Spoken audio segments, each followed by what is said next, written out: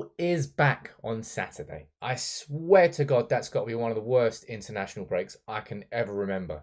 It was slow. Oh my God, it dragged on so much, but football's back. It's in the past, well, it's nearly in the past, but it will be in the past on Saturday. And if that's not worth smashing that like button, I don't know what is. How are you all doing? This is my predicted and my preferred 11 for this game against Leicester. After Everton, after Villa, after Villarreal.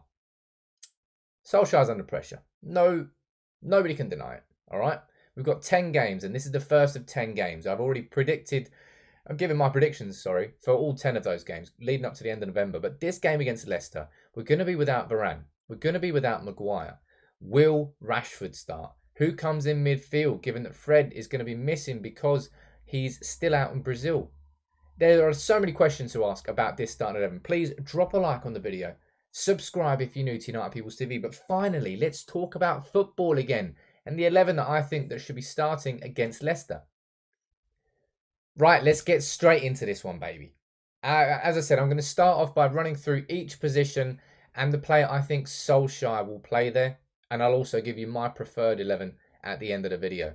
But there's going to be changes all over the pitch in this game against Leicester, really, because we're missing Varane and Maguire. If I'm looking at the back five, of course I'm putting David De Gea in goal. I think he might be busy. I think Jamie Vardy's going to get plenty of opportunities. It looks like Iheanacho is going to be fit to play too, so there's going to be pace there. And because of the defenders we're playing, maybe we'll be a little bit susceptible to that. But I suppose you could say the same thing about Maguire and Varane. I've gone Shaw and Wan-Bissaka as our fullbacks. Of course I have. Shaw playing, I think, the full 90 against Hungary. Wan-Bissaka still being left out because we've got a ridiculous abundance of right-backs inside this England setup. But they're going to be our fullbacks, and there's no real questions about that. It doesn't matter how good or impressive Dalot was during the international break. Centre-back partnership. Who are you going for? Because Maguire, he hasn't trained with the squad this week. I'll be very, very surprised if he's in this team. I don't think he will be. Varane, we know he's missing for a few weeks. Minimum he's missing the Leicester game and the Atalanta game and back for Liverpool. But even that's a bit of a stretch. I'm going for Lindelof and I'm going for Bailly. And so many of us are going to have sort of hearts in mouth, heads in hands. I think Lindelof is a good centre-back. A very good centre-back, I'll go as far as saying. I think when you played him alongside Maguire last year, I keep repeating it, it's the same, but it's true. Their weaknesses didn't complement each other. They exacerbated each other. They made each other look worse with their weaknesses. Now, Lindelof and Bailly, on paper, it's a decent centre-back partnership. But with Eric Bailly, as much as I love him, he's got a penalty in him. He's got a red card in him. He's got a hot streak in him. He's got a mad, rash decision in him. And that's why you always have that niggle at the back of your mind. Thinking about what Bailly might do in that game. I hope he turns up in this game and he puts in a properly assured performance. Because by what we've seen for, I don't know, the last few seasons, is when he comes back in and he plays great for a few games and then he gets injured. And then something stops him, whether it's an injury or a rash decision, something stops his progress. We need Lindelof and Bailly to step up here because Solskjaer needs I don't know whether or not we'll keep a clean sheet when we haven't kept clean sheets, and it'll be massively ironic if we keep our first clean sheet in a long time when we don't have Maguire or Varane. But that's probably going to be our centre-back partnership. Unless, of course, one of them gets injured and then we know Phil Jones coming in. Phil Jones. Anyway, that's who I'm going to play in defence. But let's quickly move on to midfield now. And again, more questions. But before I do, a big shout out to our friends and sponsors, OneFootball, for helping United People's TV throughout October and November. There is a link in the description to download the app. I've said this to you plenty of times before, and I'll keep saying it. It's a cracking app. It really is. All the latest news, all the latest match and build-up updates ahead of this Leicester game on Saturday. All the latest transfer news about Paul Pogba, about Tchouaméni, about Van der Beek, about everything to do with Manchester United news, transfer news, match stats, match coverage, everything. It's all in one app. The link is in the description, and I would encourage you to go down there and download it ahead of the Leicester game. There'll be plenty of top content on there. So thank you to OneFootball for sponsoring these videos. But let's talk about this midfield, Midfield, midfield, midfield. Every single week I say it's the biggest talking point, and every single week it is the biggest talking point. And this week is absolutely no different.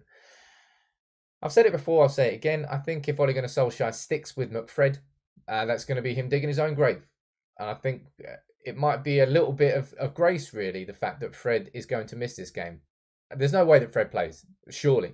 I think Brazil play Uruguay at like 1 a.m. on Friday morning, and we play at 3 p.m. on Saturday. No way. And if he does, then the loyalty to Fred is even more severe than I thought it is. But who starts in midfield then? For me, look, I'm going to go straight in with here. I'm going Matic and I'm going Pogba. I want to explain why.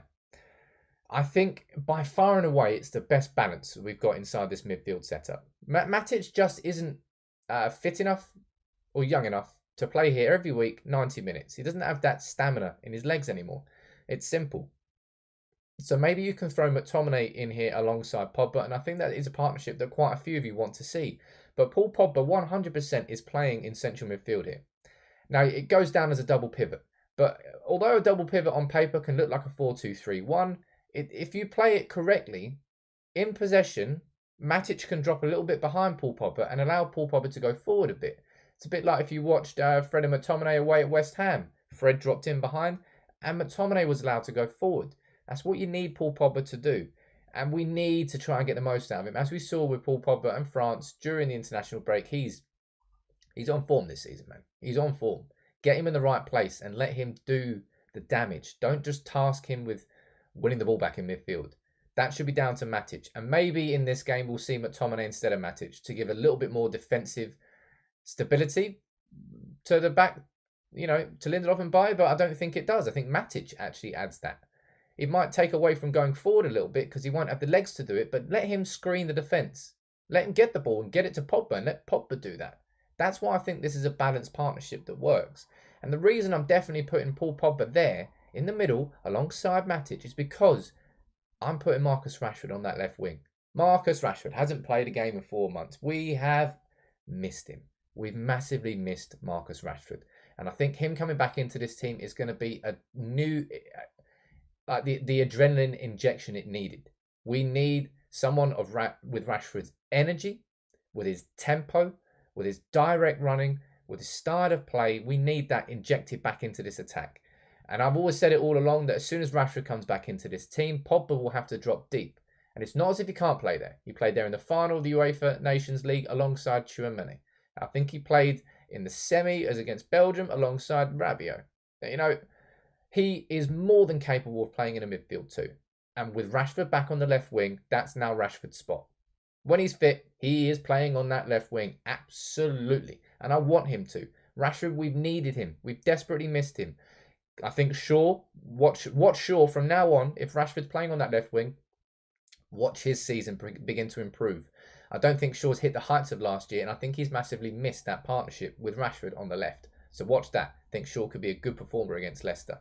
And I think Rashford's going to be excellent. And it also allows, which is another massive plus and bonus of Rashford coming back, is Sancho out on the right wing, man. Got to play there. He got 2 assists against Andorra. I think he actually played out on the left there. I'm not sure where he played there for England. I didn't watch a game, for being honest. I don't care about England during the international breaks. No offence, England. But Jadon Sancho, right?